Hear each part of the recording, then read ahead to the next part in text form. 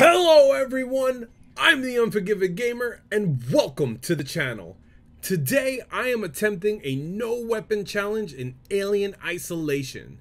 As before, I already know it's possible as I've seen other people do it. I just don't know if I can do it. In my attempt to be fully transparent, I must tell you there are a few cases where I have no choice but to use a weapon. I'm playing on Xbox, I can't mod this game. This is the game as is, and unfortunately these cases of when I have to use a weapon is any time I come face to face with a face hugger in a vent, which I will now call vent huggers. These encounters only happen a handful of times and they don't really impact the game. Before we get started, let's lay down the rules.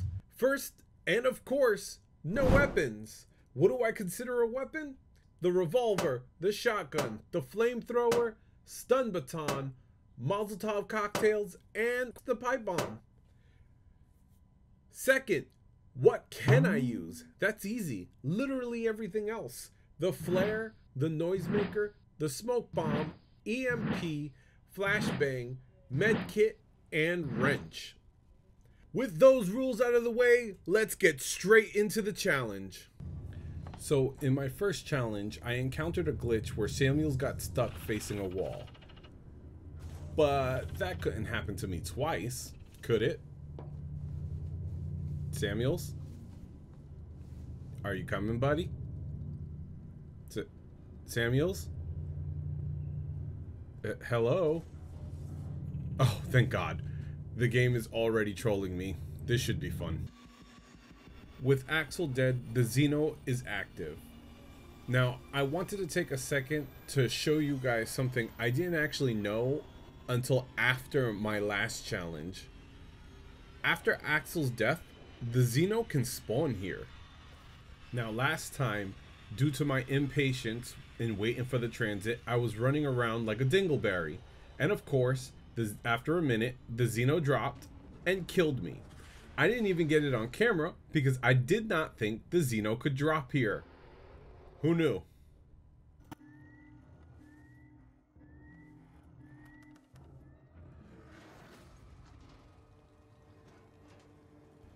Nothing really interesting happens here. I just love this scene. It's your first real introduction to Steve. Yes, that's what the speedrunning community calls him. I don't know why. But I just love that this scene exists just to let the player know that from this point on, the games are over and you will be hunted.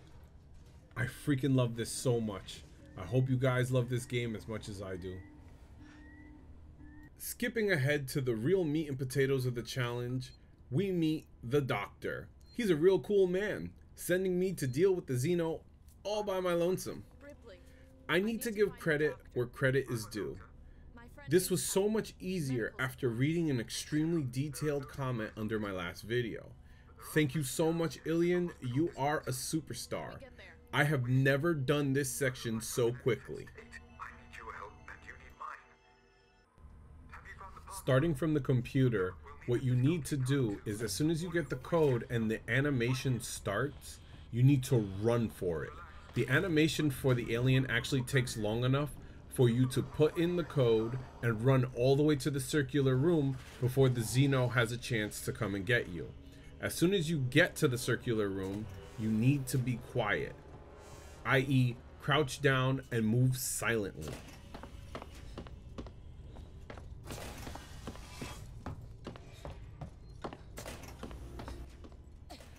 When I got here, I was actually super nervous because I've never run in this part before. I actually chose to psycho hop to try to get to the room as fast as possible.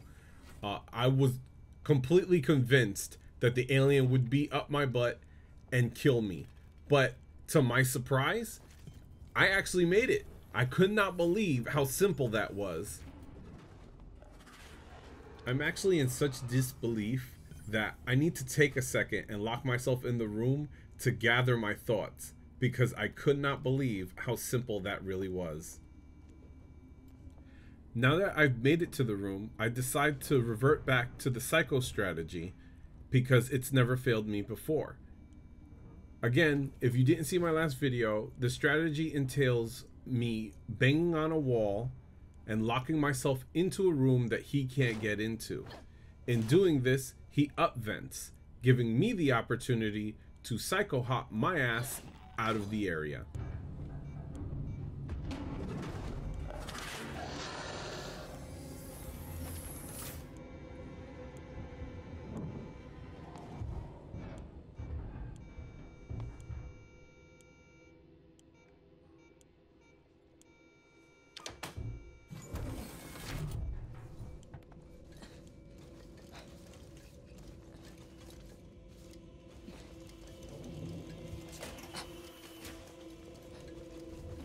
You can actually hear him dropping in the background, but thankfully, because of the way the AI is written, he drops and goes and checks out the source of the sound, meaning he never actually bothers me at all on my way out. Now, I'm not a speedrunner, and I never claimed to be. Doing this game is hard enough without any of the pressure of saving literal seconds. But thankfully, for a normal Joe like me, a lot of these speedrun strats are actually super easy to accomplish. And if I can do them, you guys can certainly do them. All in all, it was quick and effective. Thank you again, Alien.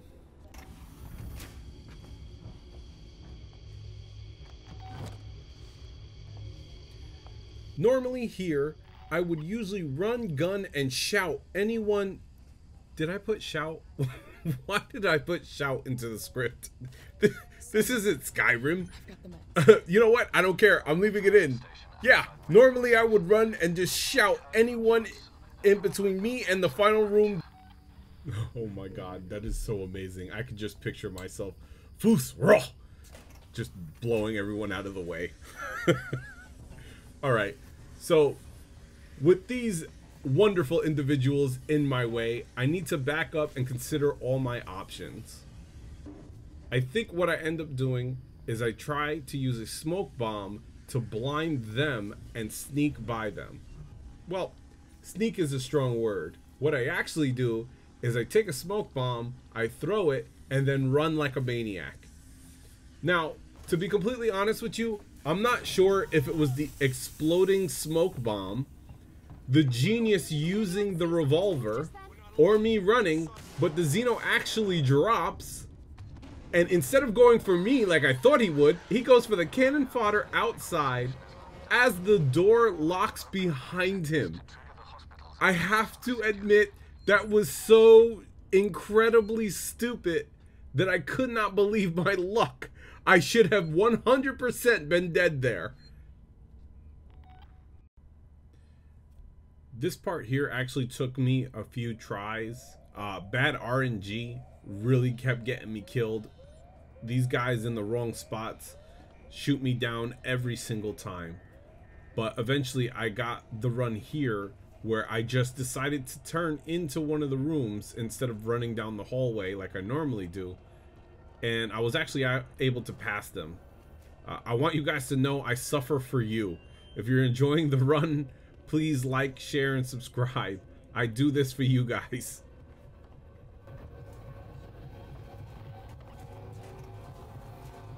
If only I could shout them.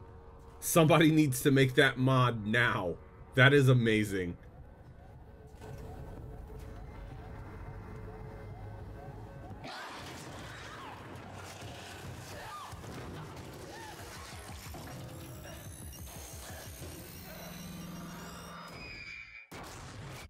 Now, normally I wouldn't show you guys this part as it wasn't a real challenge, but I did want to take a second to show you how simple these speedrunning strats really are, even for super noobs like me. What I did was, after I got what I needed from the droidy boy, I went upstairs, saved, smacked the wall, came downstairs, ran for my life right into this corner right here, started banging on the wall to draw the Xeno. And the interesting part about this section is if you open this vent, the Xeno actually can't get you. It's the same thing as being in a room he can't reach you in. What he has to do is he has to upvent in order to find another way to get to you. But as he's locked onto the vent and just walking away, I can run past him, save the game, and do what I gotta do. It's super important to remember that after you do save that you reload the game, as it'll reset the menace gauge. And if you could hear right there, he was definitely going to kill me. He was dead. There was no shouting my way out of that one. He was going to kill me. But again, reloading the game resets the menace gauge and you're able to get out there without a single scratch.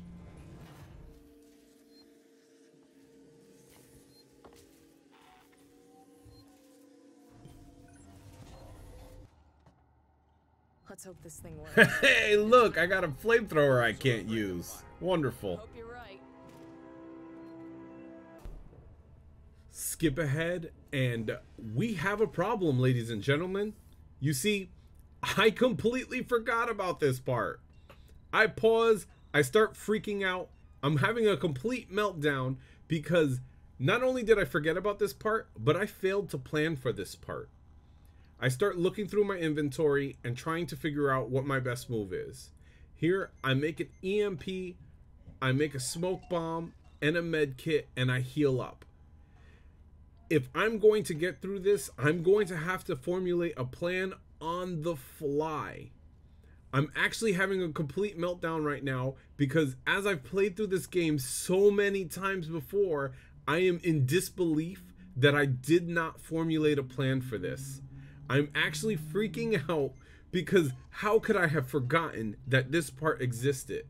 I've never had a problem with the droidy boys before because usually I can run away or blow them away.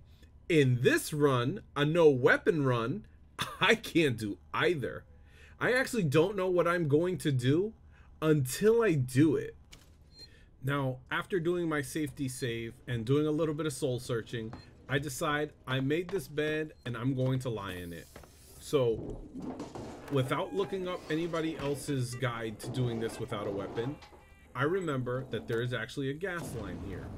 Using the gas line and a couple of EMPs, I decide that I'm going to try to freeze them in the fire and hope that the fire will take them out, using the wrench to pick off any strays.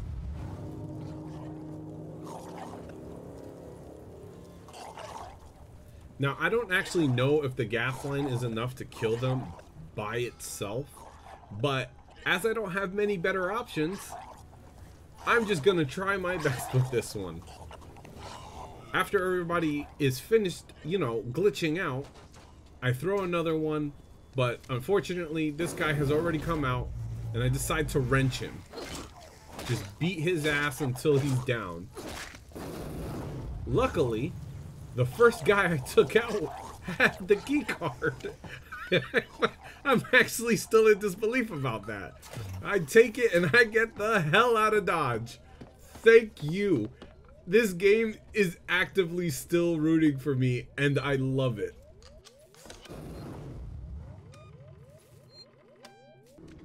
Mission 14, the nest. Now, I figure the key to beating this one in a no weapon run is going to be keeping the menace gauge low. Now, I'm going to do this by saving and reloading, i.e. doing the entire mission in segments. Now, that's a little weird for me because I'm used to having the flamethrower and doing this all in a single run like I did in my last challenge, the no death challenge. So I'm hoping that the RNG won't be too bad and I'll be able to do this relatively easily. As I've never done this without a weapon before, I have no idea what to expect.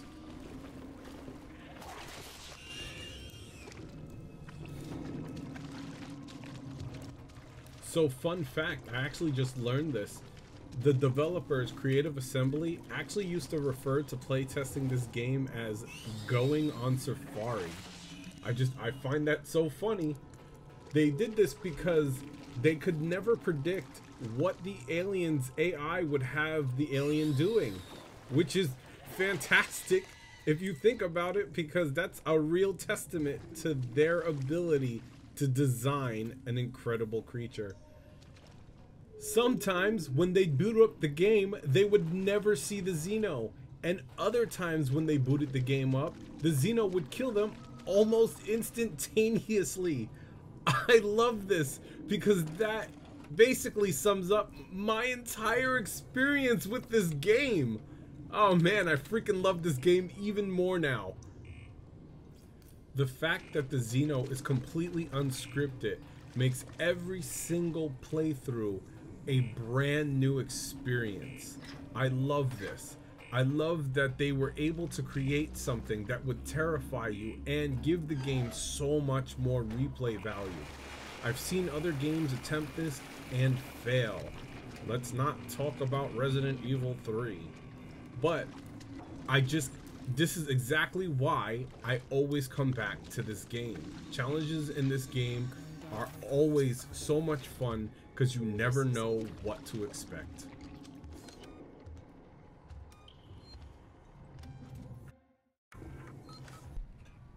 Okay, I have to show you this. So, as I get to the room, there have been no real issues. I've been able to bob and weave my way through all the Xenos, no real trouble here. But as I get into this room, I'm doing what I gotta do. I've checked for anything I can use here. I go to my old standard of making noise in a room they can't get to me at, so that they would up vent and I could make it to the next part of this section without any trouble. I run into two Xenos right off the bat that are leaving, thankfully. I get mighty close to this last one's tail, but thankfully I didn't trigger it. Maybe because it was already on its way out that I was fine. And as I'm making it to the room here, a third Xeno drops, and to my surprise, he actually didn't spot me. I was so freaking scared that I had lost it right there. But he walked right by me. It was amazing. As previously stated, this game could be really forgiving, like here. I'm standing in the window, and as he walks closer, he actually hisses as he can see me clearly and sniffs the air, but chooses to continue patrolling the area instead of coming and investigating the room. I love when this game is forgiving, because when it's not, oh man, is it not. So after playing hide and seek with the Xeno and hiding under that desk for a while, I get a little antsy and decide I'm gonna smoke bomb the area. Perhaps I'll be able to hide from him in plain sight, flip the switches, and then get to the save point. Unfortunately, when I throw it, it goes nowhere near where I need it to be. So I decide I'm gonna throw another one, and apparently I can't throw. Wow, both of them went off. He seems to react to it, and I don't know what to do at this point, so I'm getting a little antsy, I'm getting a little reckless. I decide, you know what, there might be enough smoke there to cover my ass. So I decide I'm going to risk it. Fortunately for me, he up vents, so I throw a noisemaker just in case, and I go for the switch. Unfortunately, I guess the noisemaker made him drop immediately. I go to go around, and he did not see me. How? How did I get away with that? He walked right by me again. This is amazing. I don't know if it's that the smoke is covering me or if I just lucked out there. But boy, oh boy, I flick the second switch and I go straight for the save. My heart cannot take much more of this. Now here I encounter a problem, as every time I smack the facehugger with the wrench, the Xeno immediately drops and kills my ass. So this time I decide I'll kill it and I'll use a noisemaker. Interestingly enough, he doesn't actually drop right away. So I just go straight for the exit. I don't understand the RNG in this game sometimes, but I'm glad it happened and I was able to get away. Here's one of those parts that we discussed earlier about how I have to use a weapon. as there is no way to kill these face huggers in the vent, or these vent huggers. That's what we decided to call them, right? Vent huggers? Yep, that's what we decided. That's what we're going with. So the vent hugger here was killed with a little flamethrower. I guess if you guys want to consider the run invalid, that's okay. But there is literally no way to kill the vent huggers unless you use a weapon. And as I'm playing on Xbox, I can't mod this. So it's literally the only time I'm allowed to. I said it was in the rules. I don't know if you guys paid attention to the rules or you skipped ahead, but just in case, it was allowed in the rules. And with that, the nest is over and only one obstacle lies between me and certain victory.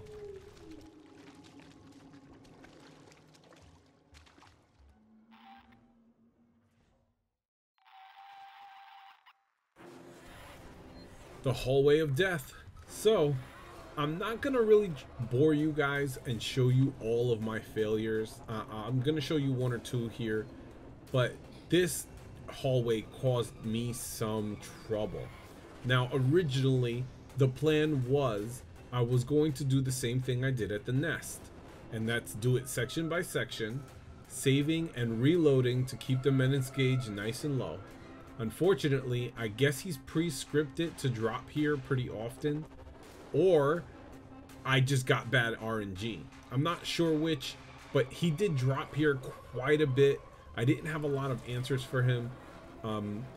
I tried using flashbangs at first, or flares in general. Unfortunately, my flare placement wasn't the greatest. Sometimes I would put it by a window. He would see me in the hallway and come running after me. Not a real smart move on my part, I get that, but it was really frustrating. This part was really frustrating because he had the bad habit of showing up when I didn't want him to show up. After dying multiple times, I was getting a little frustrated, but then I decided what I'm going to do is I'm going to throw a noisemaker into that corner there. I'm going to psycho hop as far as I can and hope that when he decides to start stalking the halls, that I would have made it at least to the next save station. Luckily, this plan actually worked out in the end. It did take a while, and the RNG gods just smiled upon me for this one. I did have a flashbang just in case. I was originally going to plant it on the ground here. Unfortunately, for some reason, every time I plant the flash grenade or flash bomb behind me, he would appear in front of me. I don't know if that was a cruel joke, but I decided to hang on to it this time just in case I needed to throw it at him, get some confusion so I could get to the save station. But luckily I didn't need to use it. I made it there safe and sound, and I actually didn't have any more trouble from this point on. And with that, I've beaten the challenge. Now, this challenge was a lot of fun, especially in the beginning. I was so excited. I can't believe how easily I got through the medical center. This was so much fun. I have to admit, the hallway of death really took a lot of life out of me. It was so frustrating because all my strategies failed. But that's sort of what I like about the game. You know what I mean? Like, it doesn't matter how well planned you are sometimes. Sometimes the RNG, sometimes the AI, they're just not with you, and you get your ass handed to you. And it makes it so that none of the playthroughs are ever boring. And I had so much fun doing this. I want to know what you guys think. If you guys have any suggestions for any other challenges, especially in this game, that I could do, please let me know. This was so much fun. It was a mix of planning and just winging it on the fly, and I always have so much fun when I do these. I hope you guys like this, and remember, if you guys like scary games or watching people play scary games, hell, even if you just like me, like, share, subscribe, and I'll see you guys in the next video. Bye-bye!